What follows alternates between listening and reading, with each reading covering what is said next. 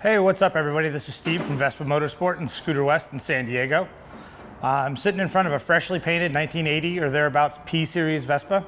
Had a customer come to us. Doesn't happen that often this day and age, as the vintage bikes aren't quite as in style as I guess they were maybe 5 and even 10 years ago.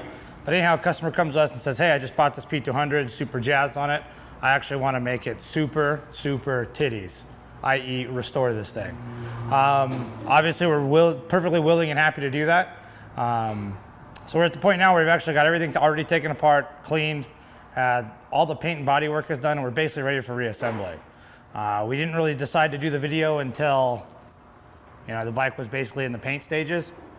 So you kind of missed the whole disassembly thing, but the reassembly is probably the most important part. So what we're gonna do is hopefully step by step, we're gonna show you in what we would consider to be the most ideal order of operations in order to get this bike reassembled as quickly, as smoothly, and as efficiently as possible.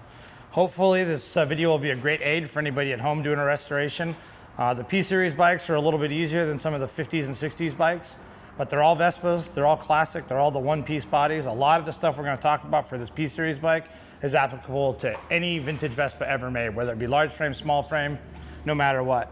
Another thing too, before we get into it, this book, let's see if Scott can kind of pan in on this. This is a book by an author in the UK, a fellow named Mark Paxton. This book came out within the last couple of years. It's hands down, bar none, no questions asked, the absolute best and really only restoration guide you can actually buy for a Vespa. Full color, photos. You can't even really begin to go into explanation as far as the detail in which this bike covers a complete disassembly of all components of the bike, inspection of components, reassembly, body work, you name it, it is covered in this book. Sell this book on the Scooter West website. The part number is BK02. Again, the part number BK02. I don't know how many pages there are. Let's see, 160 some odd pages, and each page has anywhere from 4 to 10 color photographs. So without much further ado, we're going to close up the book and kind of dive into all aspects of reassembly. Thanks for watching.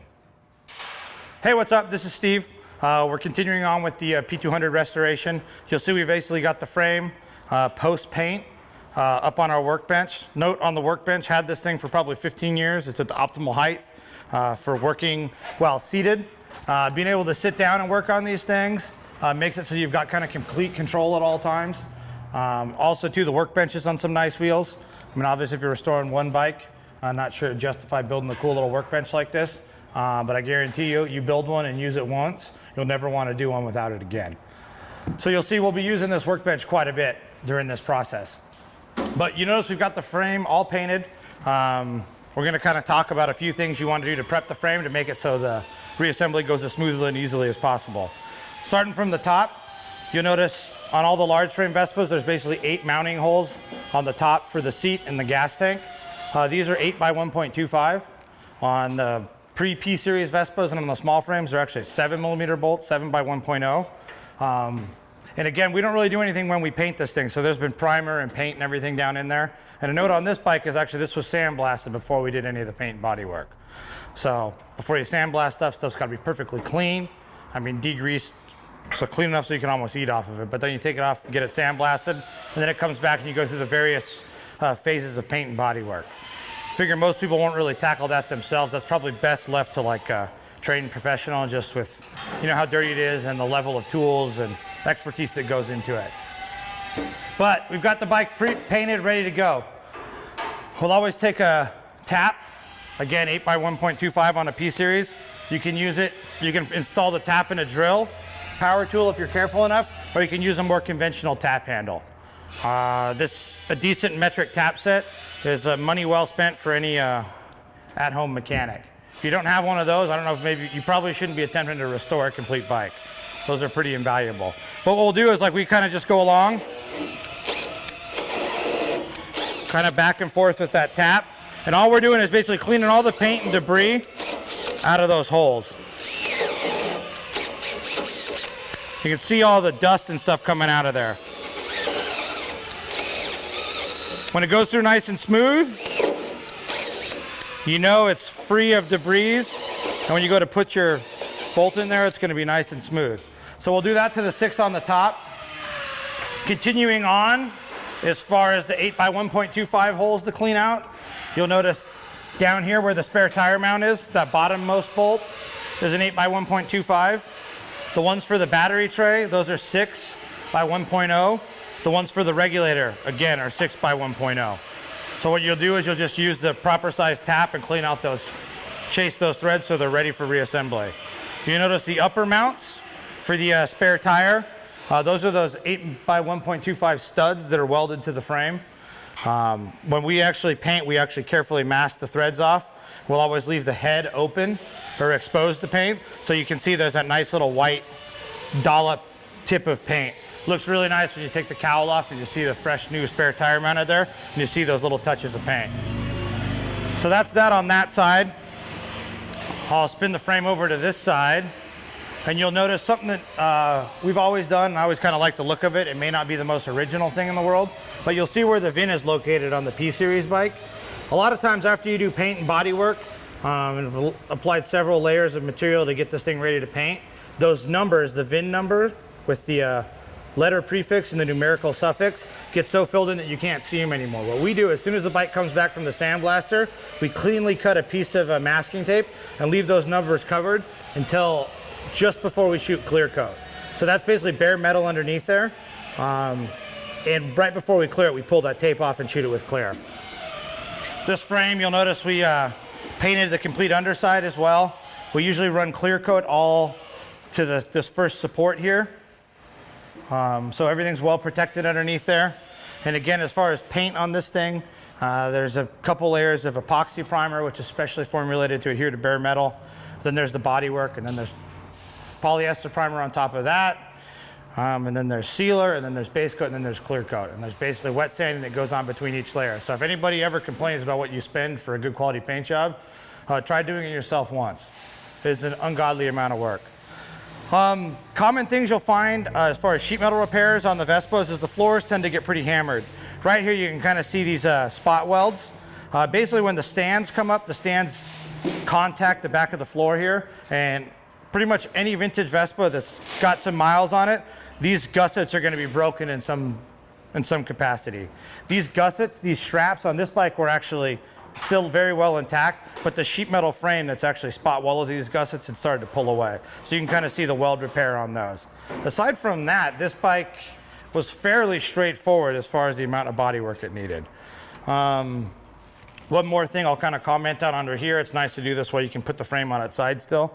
You notice the upper race and the lower steering assembly.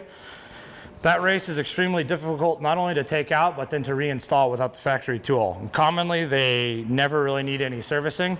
So what we do is we usually just do all the paint body work, leave it in there. And then before we start reassembly, this is kind of an important step, because it's a bummer if you try and do this with the bike all assembled. You know, you can buy these steel cups at any like hardware store. Basically put these in the end of a drill, and you can kind of carefully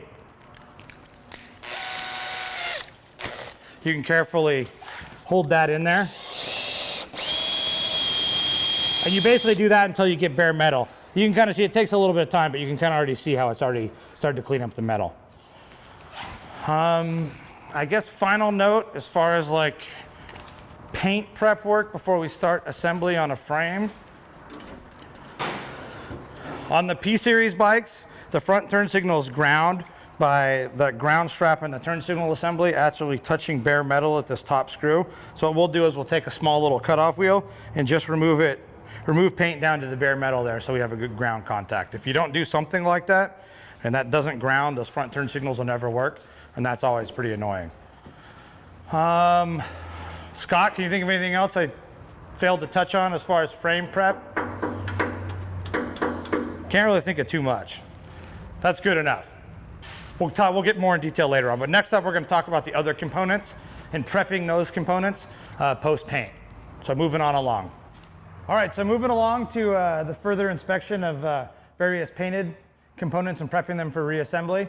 We've got a few components here. Nice thing about these is they virtually need no prep work before reassembly. So we've got a glove box door. You do want to make sure that the hinge pins, whatever you're going to use, a lot of times we'll kind of cheat and use a proper size cotter pin just because they're a lot easier. But whatever pin is, you want to make sure that pin's going to slide easily through there. If it doesn't, you're going to want to run like a proper size drill bit through there and clean up those holes. Other than that, there's nothing really to worry about on the glove box door. Obviously, the glove box door mounts to the glove box. Same token, everything's been done bodywork wise on this one already. You notice on the inside of the glove boxes, we always like to shoot clear. From the factory, they actually didn't have clear inside of those, but it's nice if you're gonna have tools, oil, all sorts of stuff in there. You wanna be able to keep it as clean as possible. You always wanna make sure these brackets are bent at the right angle, but again, that's the type of thing that has to be sorted out really before the thing comes back from paint. You can always like tweak this stuff a little bit, but you can only do so much once it's painted, assuming you wanna maintain the integrity of the paint job. But yeah, and then when it comes to actually reinstalling this glove box door, again, this is why I like to be seated. You can kind of rest the thing on your knee, but that thing would fit up there like so. You got to be pretty careful when you're doing this. I don't have the pins ready, but you just kind of drop this thing into place, slide the pins in, and that's pretty much how you reinstall the door to the actual glove box. Other painting components that basically need very little prep work. There's the headset top. One thing you always want to check on the headset tops is there's these 4-threaded bosses that basically hold the headset down. I believe that's a 5 by 0.80 screw. They're a screw about 1.5 inches long. Commonly on an old original one, this plastic becomes kind of brittle, and it's not uncommon during disassembly. You'll notice that some of these bosses are stripped out or damaged or non-repairable. Very common if you're doing a P-series restoration that you'll have to purchase a new one of these headset tops. I don't remember the part number of these things, but they're readily available. And this one is a brand new one, so those bosses are all good. And this thing's basically ready to install. Every once in a while, you'll notice that, you know, where the turn signal and high beam indicators and ignition switch are a little snug because of the level of paint and primer that's been built up on it. Pretty simple, you can always just with a clean file, remove a tiny bit of material until those things drop in there smoothly. The key thing when it comes to reassembly, you should never ever have to force anything. If you do stuff correctly and take your time, stuff should almost just fall back into place. Final thing, a horn cover. This is also a brand new one. This bike had a damaged horn cover in a very, very common spot. The P200s have these, there's a little self-tapping Tinnerman clip that slips over these bosses, but it's very common for these bosses to actually break and fatigue over time, again, because it's plastic, stuff's been taken off and on so many times. So when you disassemble, you want to make sure that these are intact. You can spend the time to try and repair this piece. Kind of silly, you can buy, at current market pricing, you can buy replacement horn covers for anywhere from like 20 to 30 bucks. So you'd be kind of foolish not to do that. And then within the P series, you know, there's several different options as far as horn covers. This is the one that is common for a P series bike 77 to 83. And ironically, the 2011 reissue of the PX series over in Europe went back to the same horn cover. But yeah, then they had a couple different ones in the 80s. So those are some of the simpler components that don't really require any special modifications or prepping for reassembly post-paint. So we've basically got the headset, the lower casting portion, and the shift tube. Tiny bit of prep work and things you need to know in order to get these ready for reassembly. We'll start with the shift tube. You'll notice, obviously painted, where the actual grip goes, we don't really bother masking that off from the factory. They always got overspray on that. You absolutely have to make sure that you mask off the cylindrical end that slides into the handlebars. So you can see this has been sandblasted and masked, so it's just perfectly bare metal. And that's really important because it's difficult to get the paint off of this. So before you send this thing to paint, you want to make sure you mask that off. Never assume that someone who's never painted a Vespa before is going to mask stuff correctly. That is a huge, huge, huge mistake. The more important thing to mask on the headsets is actually all the bosses, where the actual throttle tube passes and then the shift tube. So you can kind of see we can actually spend the time to carefully cut masking tape. It's actually, the masking tape is still in there. I'm going to try and peel a little bit of it off while we're rolling with the camera. Might waste some time.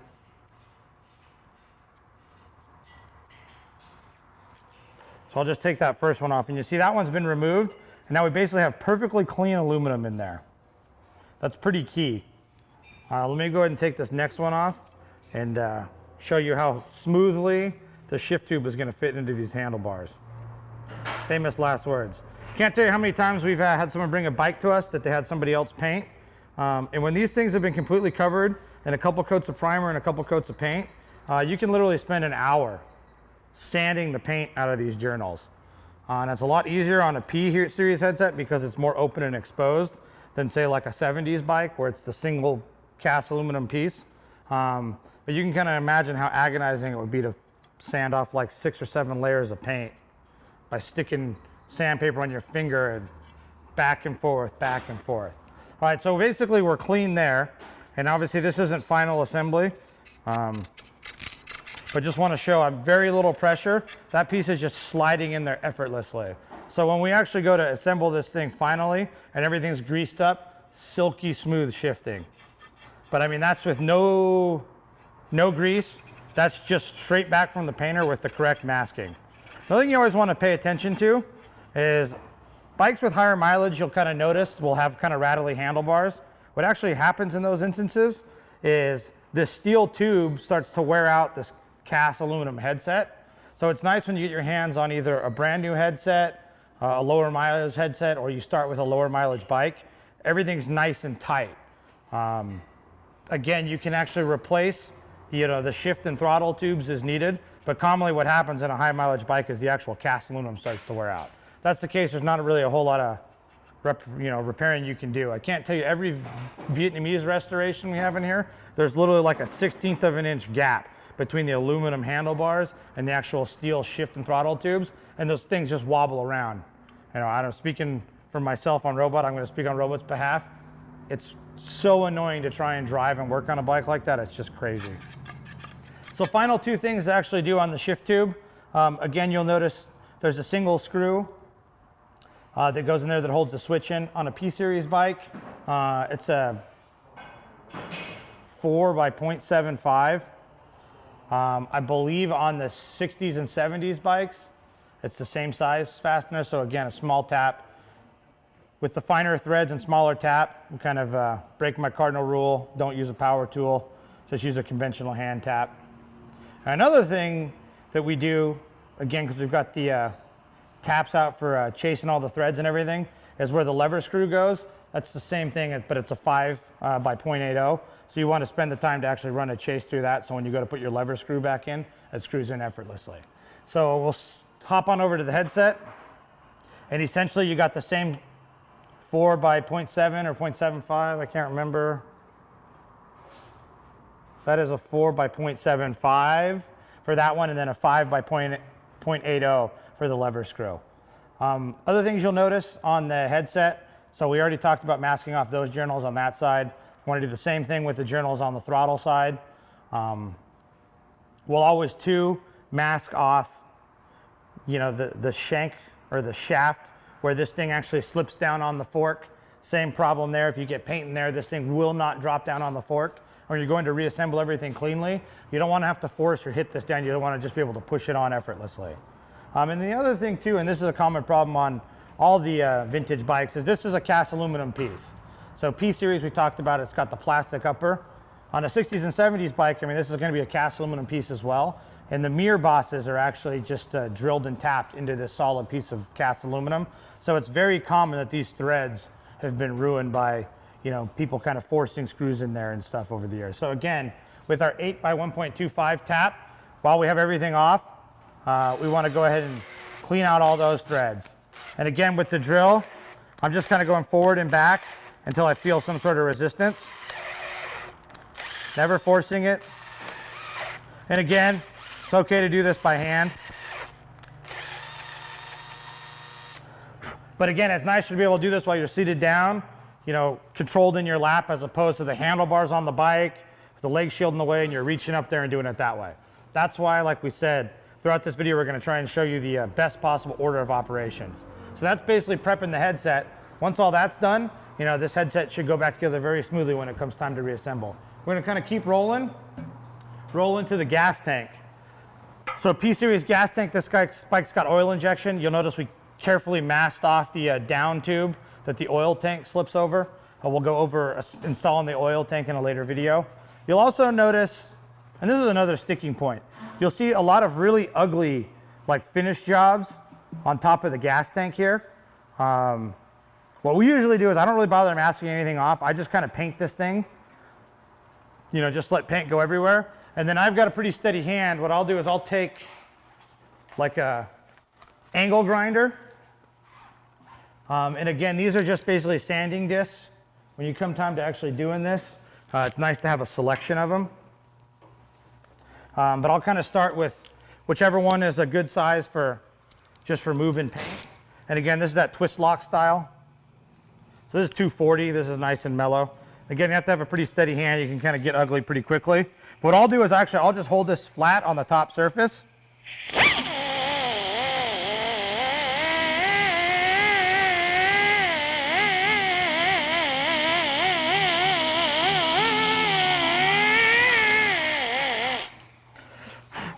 And obviously it takes a little bit more time than that, but just to show you getting started, you can kind of see, Scott will zoom in there, and you'll actually see that nice finished metal. Basically what I'll do is I'll make a nice edge on the very top, and then I'll just kind of work the same tool down in there to remove all that paint. But you definitely want to get that paint off and make it so you have a clean seal between the rubber of the gas tank lid and the top of the tank. If you don't prep it like that, this tank will basically, due to the exposure to the gas fumes, just start to break down, flake off, and you know, the more it starts to peel, because they get contamination here, it'll just start to peel off. I've seen them so the paint just kind of starts to spider web and spread out because the top of the tanks weren't prepped correctly before you reassemble everything. Same thing on the bottom. We don't really do anything down here, but you know, there's that rubber gasket surface. I'll use the same tool with the tank upside down.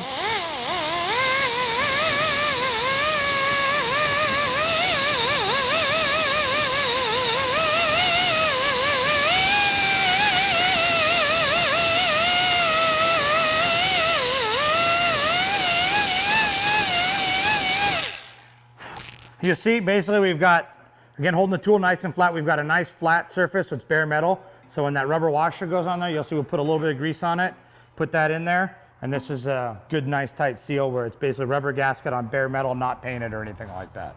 So we'll go ahead and finish the top of this and then zoom back in and show you what it looks like when it's all done. And then also extending on the gas cap, again, this came back from the sandblaster. And what we'll usually do is we'll just mask off very carefully on the inside. So that's bare metal there. So that's basically prepped and ready to go. Also too, if you really want to, you can, depending on the caliber of the paint job you really want to go for, you can actually remove that rivet and then paint these as two separate pieces. We've got a little system with the paint process we do where we basically just leave it assembled and paint it as one piece. You figure, hey, it's just a gas cap, so it's pretty simple. So that's the gas cap. Again, want to make sure that you get no paint on the underside of that. And again, you got to mask that off before you send it to your painter, otherwise the whole thing will come back painted. Don't want that. And imagine how difficult it is to clean that paint out of there. Not fun with the lip and all. Now remember, we started that process with the actual sanding disc. We finished it off with the Scotch-Brite pad. Again, the twist lock style. But you can kind of see how we've got a nice finished edge on the very top of the cap, and that's just beautifully like raw metal. So actually when that rubber sits on there, this thing is going to be really, really nice. But that's it. Thanks to Suzanne Summers, I still use the Thigh Master daily. You can saw my technique. I just pinch that thing between the vice grips that are my inner thighs, and that's it. All right, I know I'm probably going to get a little bit of flack for using a cotter pin instead of the original pin-over style pin. Two issues with the original pin-over style pin. They're raw steel, so they rust and look horrible. They're really, really hard to install. The cool thing with using an appropriately sized cotter pin is they're zinc plated, so they're never going to rust. And as long as you use one that's the right size, it's effectively the same thing. So we got our cap. This is going to be the pivot point. Basically drop that on there.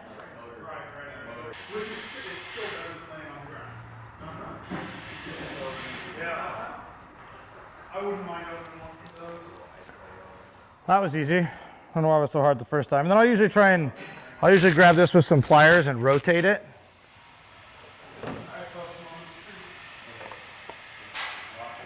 I like to rotate it flat. It looks kind of good that way.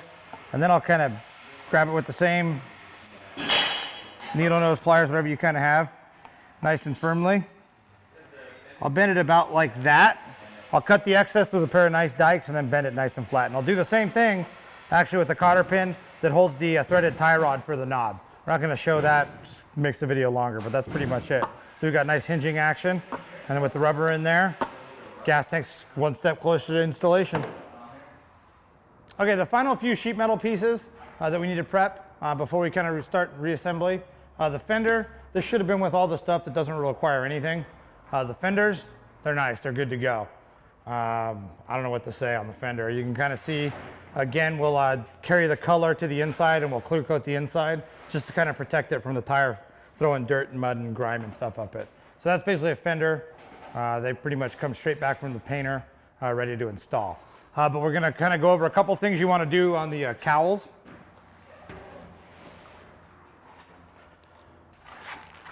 Two things on the cowls in order to get them ready to paint. Normally too is like we'll go ahead and put the badge on actually right now. It's just kind of easy, you got the cowl out. You can also retrim the cowl at this time by putting the rubber, running the wire back through it.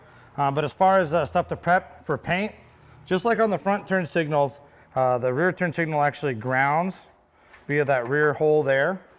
So what we'll actually do is we'll take, it works nice if you have a right angled one of these. That's just a metal cutoff wheel. Let's see if I can do this without wrecking the paint on it. And again, what I'll usually do is I'll kind of run the thing through the hole so I can do it in a spot and so we can show the camera. And again, resting the thing on my leg.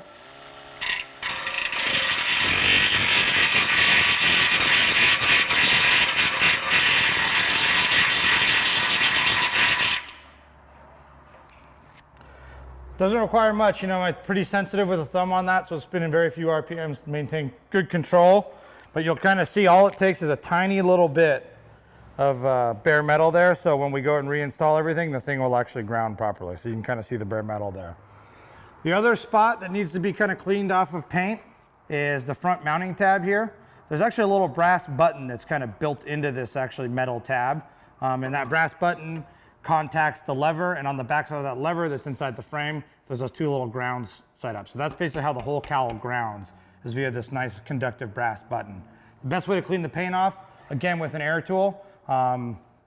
This is like a little carbide bit or whatever, but basically very carefully we'll go and clean that in there. And all you want to do is clean the paint off the brass button. I haven't done this in a while. We're doing everything one take. So let's just see what happens. Worst thing that happens, you can always repaint stuff, right? But again, I'll just set that on the bench. I'll kind of get comfortable. I got my one arm on my leg and my hand sitting on my leg, or on my other leg. Time lapse. So you can kind of see there's that brass button, and all we've done is kind of just clean the paint off of just that little spot there. But pretty much do that with the other cowl and you're ready to go. And we kind of talked about the cleaning up the ground for the front turn signals. Kind of said you have to do it, but we'll kind of show you what we usually do. It's basically just a repeat of the way we do the back ones for the back cowls. So again, we use that same right angled tool. I'll go ahead and rotate the frame around.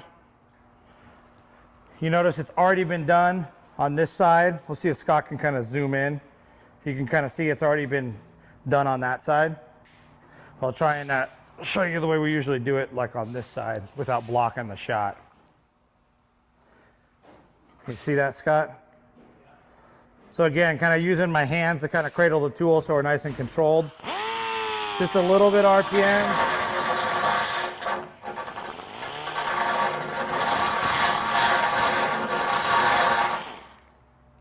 And there it is. Doesn't take much. All you really have to do is see bare metal and know that as soon as you install everything, you'll be good to go. So that's pretty much it. That can kind of concludes the last video as far as prepping the sheet metal. So we'll just kind of keep going on with assembly, see how it goes. Thanks for watching. Okay, what I usually like to do at this point is actually put these badges on. Some people are like, why are you doing that now? That seems like it should be the last thing you do. The nature of these Legshield badges, this is the badge that you'd find on any Vespa from like 1973 to 1983. Part number on this one is 152541. But any of the Legshield badges install in the same fashion. And they install in a fashion that doesn't require any hardware or clips from the backside. You'll notice the backside of all these badges kind of have a hollowed out or dished out like locator pin. We'll let Scott zoom in really good. The way these are designed to go on, and you would have noticed this during disassembly if you're paying attention, which of course you clearly were, you use a ball peen hammer and you actually peen over the end of this, mushrooming it out, and it basically just held in place, you know, with tension. It's very similar to the way that you would install the peen over floor rail rivets. We've got another video where we talk about installing the floor rails, but again, we'll get to installing the floor rails on this particular bike. So again, you need this, obviously the badge, and then you want to actually have a couple ball peen hammers. People are familiar with that term, but they're specifically for peening over. That's why they've got this nice balled end. So what we're going to do is we're actually going to be hammering with the ball peened end hammer the hammer on the back side of that rivet. So pretty much I start with the bigger ball peen hammer, then finish with this cute little guy. The only thing you need otherwise is like a block of wood to basically hold pressure on the badge. You know, because I'm going to hold pressure on the badge, I'm going to be tapping it down. So what I'll usually do is I'm going to climb up on the bench and I'll wedge this block against my hip and hammer down on this. So I'm going to spin the bike around. Scott should be able to stay there. He'll be able to see what I'm doing from that side. See if we can scratch that 946. Oh, yeah, baby. Oh, and then before you fit this thing, these locator pigs are about an 1/8 inch hole. So I've already gone ahead with a little drill bit and kind of cleaned these up so the badge fits in there smoothly. Again, don't try and hammer the badge in there because what it'll do is it'll push that paint out and it could kind of mess up the paint from the backside. So these things actually install really easily when the holes are the right size. So it's basically snapped in place. And you can kind of see, maybe if I turn it back at a slight angle, move it away from that bike. Turn it back at a slight angle, you can kind of see how much is sticking through. You basically got about almost a full 1/4 inch. And that whole 1/4 inch is basically just going to mushroom down. So I'm going to climb up here, start tapping down on it, and then we'll check back when we're ready to kind of finish it off.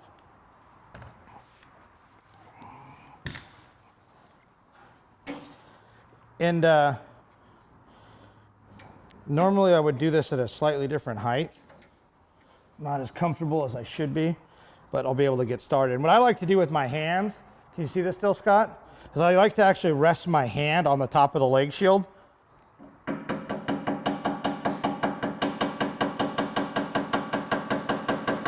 Just small little swings. Just keep tapping that thing down.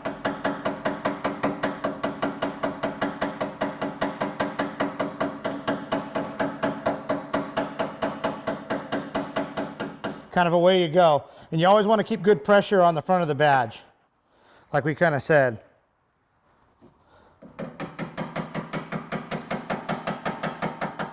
Okay, I'm just about to finish up here. And this whole time I've been putting a pretty good amount of pressure with my leg in this block, holding that badge in place. You can see the nice short taps I've been taking the whole time.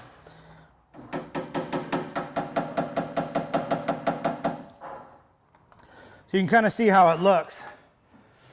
Scott's probably pretty zoomed in. I probably just moved it, but you can kind of see it's just kind of smashed down really cleanly. You notice I didn't really contact the paint at all. If you're really concerned, you can obviously take a little bit of masking tape, put it around the head of the rivet. But again, like I kind of demonstrated, if you kind of set your hand in a comfortable spot in the leg shield and just take those short little taps. And keep in mind too, if you do slip a little bit, the glove box rubber basically goes right over those rivets on the P series bikes. But that's basically the badge, and we'll show it from the front side here. Another thing that drives me crazy is when people don't spend the time to actually peen that down all the way, and they don't put enough pressure on the front of the badge, and the badge lifts off the leg shield a little bit, or isn't just completely pressed down. As the bike vibrates, this badge will vibrate like crazy. We don't want that. So you can kind of see, I don't know if you can see it on the video, this badge is completely contoured to the leg shield, and you kind of tap on the leg shield and that badge doesn't move at all. So that's how to do that. Robot. We got another video elsewhere on YouTube installing this stuff. This can be a little tricky, but again, normally for the sake of our P200 restoration demonstration project, this is when I like to put this on, again, with just kind of a stripped down frame. So I put a little bit of this spray polish on the channel just to make stuff slide a little bit better. And again, not really gonna use any tools. Just gonna try and use 300 pounds of pushing force to install this thing. The way I like to do it is I kind of like to start one side, doesn't really matter what side, at the top, kind of slide this thing down. A lot of times latex gloves are good because you can keep a better grip on it. Sometimes you have to slide it on a couple times. This is a first attempt. We're gonna see if we just get straight super lucky. You want to slide it down, and you'll notice you slide it beyond that outermost hole, because traditionally the way this thing actually gets installed is that outer floor rail actually goes through that hole and kind of holds the thing on. But you kind of get it to that point, and actually it's a little easier doing it this way. You can kind of demonstrate it. I'm spinning the bike around here. You can kind of see how we've got it. All I'm going to do is get down on the knees, and you kind of twist this thing back a little bit as you kind of fold it onto the Legshield trim. See it kind of slipping onto the corner there? Okay, not using any tools, no prying. By the time this thing's all installed, there's not going to be any gouges in it or anything like that. And you kind of just keep working your way around. So far, so good. So far, really good. I like to get to this point, stretch, go to the other side, and the same thing. You kind of need to continually kind of twist the thing in as you kind of push it on. Oh yeah, Poppy. It's going. Oh, this is going quite well, everybody. Just waiting for disaster to strike. Let's get it about that point. Wipe your hands a little bit. Make sure the mic's on.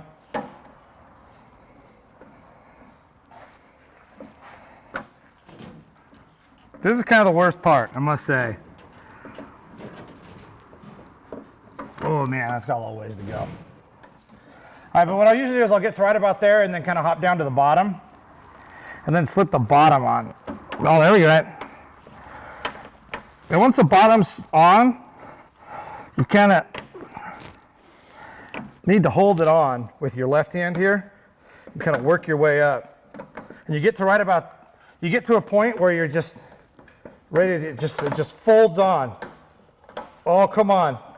One take wonder. Let's get this. Bam! Got it. So that was it. I've done that a few times. Took me like 3 hours the first time I ever put one of those on. But after a little bit of practice, stay out of college, you can be doing this kind of stuff in like, what was that, 5 minutes? Something like that. But now it's nice to have that on, so that's out of the way.